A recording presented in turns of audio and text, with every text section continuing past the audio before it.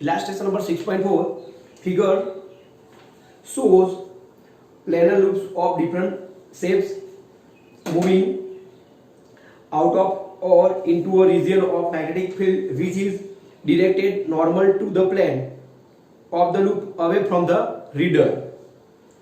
Determine the direction of induced current in each loop using Lenz's law. पहले हम question को समझ लेते हैं।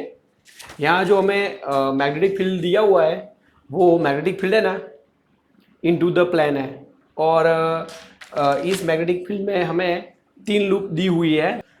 पहले वाली लूप हमारी रेक्टेंगुलर लूप है, सेकंड वन है ट्रायंगुलर लूप है, और थर्ड वन वो तो कोई भी शेप है, मतलब इरेगुलर शेप लूप है। ये 3 लूप को मैग्नेटिक फील्ड में ऐसे रखा है कि इन 3 लूप का जो प्लेन है ना, प्लेन राइट ऐसे, वो मैग्नेटिक फील्ड को परपेंडिकुलर है। और एक बात कि लूप 1 वो है मैग्नेटिक फील्ड में एंटर हो रही है, और लूप 2 और लूप 3 वो मैग्नेटिक फील्ड से एग्जिट हो रही है। हमें क्या डिटरमाइन करना है? Determine the direction of the induce current in the each loop using Lenz law. Okay, हमें इन 3 लूप में इंड्यूस करंट की डायरेक्शन फाइंड आउट करनी है। तो ऐसा हम कैसे कर सकते हैं? लेंज़ लॉ से कर सकते हैं ना। पहले हम लेंज़ लॉ को समझ लेते हैं। Lenz law, the polarity of induce EMF,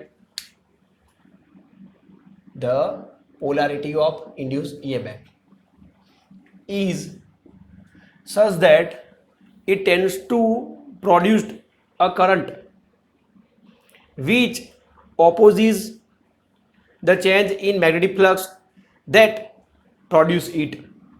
Lenz law को इजी वे से समझने के लिए मैंने बच्चों यहाँ 2 स्टेप दिए हुए हैं, तो हम इसको फॉलो करेंगे ना तो लेंज़ लॉ आपको समझ में आ जाएगा। लेंज़ लॉ को मैंने 2 स्टेप में डिवाइड किया है। तो पहला स्टेप है find cause behind induce current in the loop या इन द कॉइल। तो सबसे पहले हमें जो कॉइल है उसमें जो करंट पास हो रहा है उसका रीजन क्या है उसको फाइंड आउट करना है। तो हमें मालूम है क्या होगा, change in magnetic flux. There are 2 type of change in magnetic flux, one is increasing magnetic flux and the other is decreasing magnetic flux. बच्चों सबसे पहले आपको ये फाइंड आउट करना है कि कॉइल में जो करंट पास हो रहा है राइट, वो करंट फ्लक्स का इंक्रीज होने से हो रहा है या फ्लक्स के डिक्रीज होने से हो रहा है। अब स्टेप नंबर 2, हमें करंट की डायरेक्शन चाहिए। तो करंट की डायरेक्शन हमें ऐसे लेनी है कि देखो, direction of current is such that it oppose the cause that produce it. तो हमें करंट की डायरेक्शन ऐसे लेनी है कि जिससे लूप में करंट जो पास हो रहा है उससे बनने वाला मैग्नेटिक फील्ड है राइट, वो क्या करेगा, वो मैग्नेटिक फ्लक्स का चेंज का ऑपोज करेगा। मतलब मैंने थियरी में आपको पढ़ाया था ना, फटाफट देख लो चलो। 6.1 एक्सपेरिमेंट की बात कर रहा हूं। ये बार मैग्नेट का एन पोल है और ये कॉइल है राइट। सपोज ये कॉइल C1 में करंट मिल रहा है, उसका रीजन है ये मैग्नेट को मैं कॉइल के पास ले जा रहा हूं राइट। तो क्या हो रहा है, मैग्नेटिक फ्लक्स चेंज हो रहा है, लेकिन कैसे चेंज हो रहा है, इंक्रीज हो रहा है।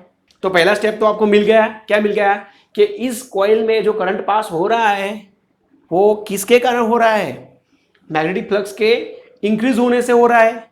तो अब सेकंड स्टेप देखो, तो करंट की डायरेक्शन कैसी होगी, तो इस कॉइल C1 में से पास होने वाला करंट की डायरेक्शन या तो क्लॉकवाइज होगी या तो एंटी क्लॉकवाइज होगी राइट। वो कैसे हम फाइंड आउट करेंगे, यूजिंग लेंज़ लॉ। तो लेंज़ लॉ क्या बोलता है, लेंज़ लॉ बोलता है कि ये करंट की डायरेक्शन ऐसे होगी जो वो जो प्रोड्यूस कर रहा है वो फिनोमेना को अपोज करेगा।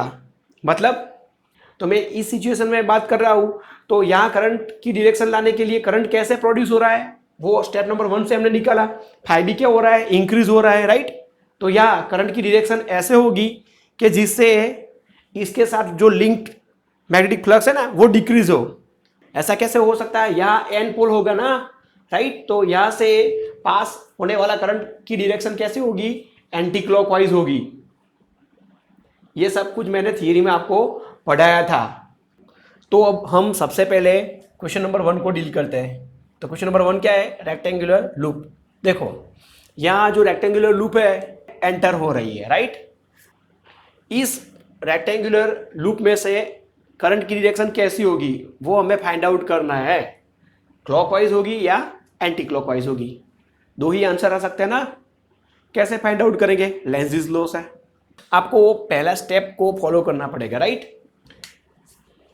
तो इस रेक्टेंगुलर लूप में जो करंट इंड्यूस हो रहा है ये किसके कारण हो रहा है, सिंपल है, मैग्नेटिक फ्लक्स के चेंज के कारण।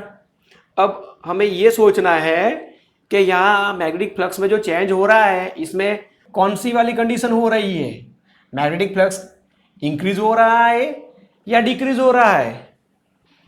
तो ये सोचने से पहले हमें मैग्नेटिक फ्लक्स का फॉर्मूला तो आना चाहिए ना। क्या है मैग्नेटिक फ्लक्स का formula, phi B equal to B A cos theta. देख लो यहाँ बी तो कांस्टेंट ही है, थीटा भी कांस्टेंट है। इनफैक्ट थीटा यहाँ कितना है, एरिया वेक्टर तो यहाँ है, राइट। बी वेक्टर भी यहाँ है तो थीटा कितना है, 0 है, कॉस 0 1 हो जाएगा। तो इसका मैग्नेटिक फ्लक्स क्या है, बी इंटू ए। अब देख लो बी तो चेंज नहीं हो रहा है तो क्या चेंज हो रहा है, एरिया चेंज हो रहा है। लेकिन और एक बात देखो कि ये जो कॉइल है, राइट, वो मैग्नेटिक फील्ड में एंटर हो रही है। तो वो एंटर हो रही है तो उसका एरिया इंक्रीज हो रहा है। एरिया क्या हो रहा है, इंक्रीज हो रहा है।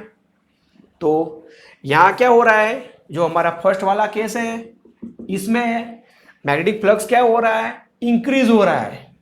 सो हमें इस रेक्टेंगुलर लूप में से पास होने वाला जो करंट है उसकी डायरेक्शन हमें ऐसी लेनी होगी कि उस डायरेक्शन के कारण जो ये लूप में मैग्नेटिक फील्ड एग्जर्ट होगा, राइट, वो क्या करे, ये फाई बी को डिक्रीज कराए। समझ में आ रहा है ना।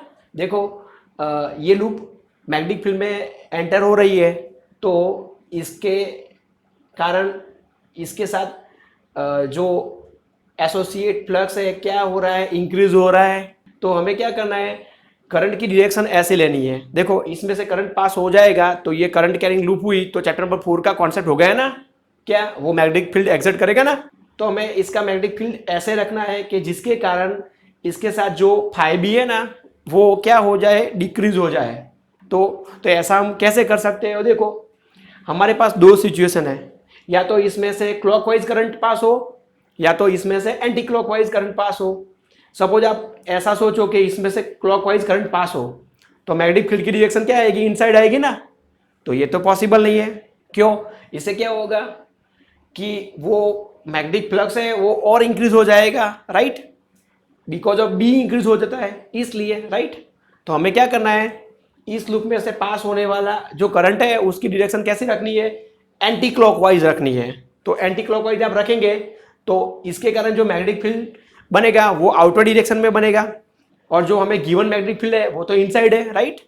और इससे जो मैग्नेटिक फील्ड बनेगा वो आउटसाइड बनेगा। तो इससे कारण क्या होगा, तो इसका फाई भी डिक्रीज हो जाएगा। तो इसका आंसर क्या आएगा, एंटी क्लॉकवाइज आएगा, एंटी क्लॉकवाइज, राइट, ऐसा। तो स्टूडेंट हम पहले वाला जो क्वेश्चन है उसके पॉइंट्स देख लेते हैं। देखो पहला पॉइंट क्या है, the magnetic flux through the rectangular loop A B C D increases. उसकी जो ये मोशन है, राइट, ये मैग्नेटिक फील्ड में इनसाइड हो रही है, राइट, इसके कारण इसका एरिया इंक्रीज हो रहा है। So A B C D loop है उसका मैग्नेटिक फ्लक्स इंक्रीज हो रहा है। अब हमें करंट की डायरेक्शन निकालनी है। So by Lenz's law direction of current in loop is in such a way that oppose it. यहाँ हम किसको ऑपोज करने की बात कर रहे हैं, इंक्रीजिंग फाई बी। इसमें जो करंट पास हो रहा है वो कैसे हो रहा है, फाई बी में इंक्रीज होने से हो रहा है ना। तो करंट की डायरेक्शन ऐसे लेनी है जिसके कारण वो मैग्नेटिक फ्लक्स हो वो डिक्रीज हो। तो ऐसा हम कैसे कर सकते हैं, मैंने आगे समझाया ना। इसमें करंट की डायरेक्शन कैसी लेनी है, हमें एंटी क्लॉकवाइज लेनी है। कैसी, एंटी क्लॉकवाइज। और आपका आंसर आएगा anti clockwise A2 B2 C2 D2 A।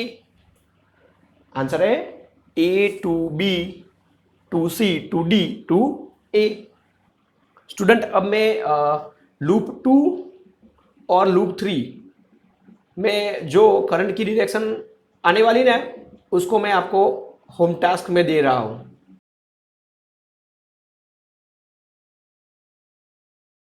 यहाँ जो लूप 2 है वो ट्रायंगुलर शेप की लूप है। तो देखो, इसको हमें अब पहले स्टेप को फॉलो कराना है।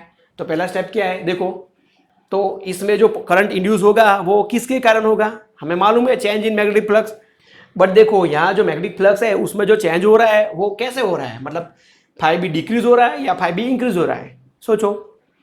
तो यहाँ ये जो लूप है वो मैग्नेटिक फील्ड में से बाहर आ रही है, राइट।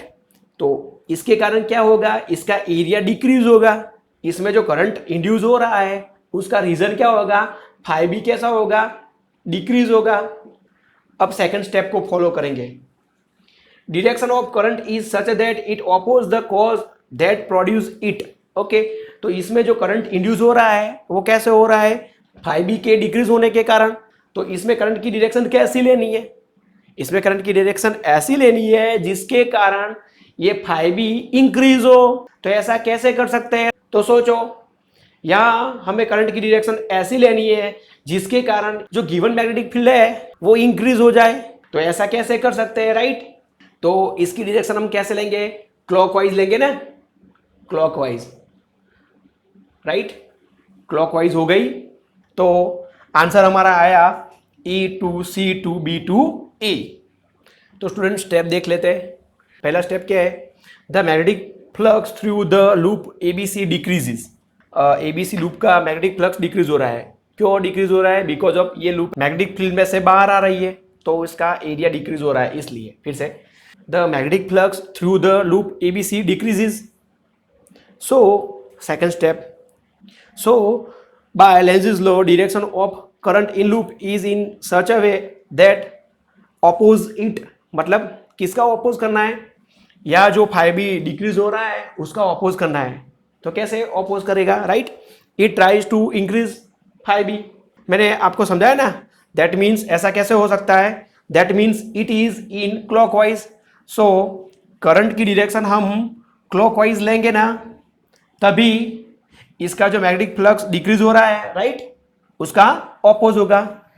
अब बच्चों देखो, ये जो थर्ड वन है ना, राइट, इरेगुलर शेप्ड लूप, उसका आंसर ये सेकंड वन है ना, राइट, इसके जैसा ही आएगा ना, वो सिमिलरली ऐसा ही है। तो आप एक बार ट्राई कर लेना। यहाँ क्या होगा, ये जो इरेगुलर शेप्ड कॉइल है, मतलब जो लूप है, वो मैग्नेटिक फील्ड में से बाहर आ रही है, तो इसका एरिया डिक्रीज हो रहा है, राइट। तो इसका एरिया डिक्रीज हो रहा है, इसलिए इसका फाइव बी कैसा होगा, डिक्रीज होगा।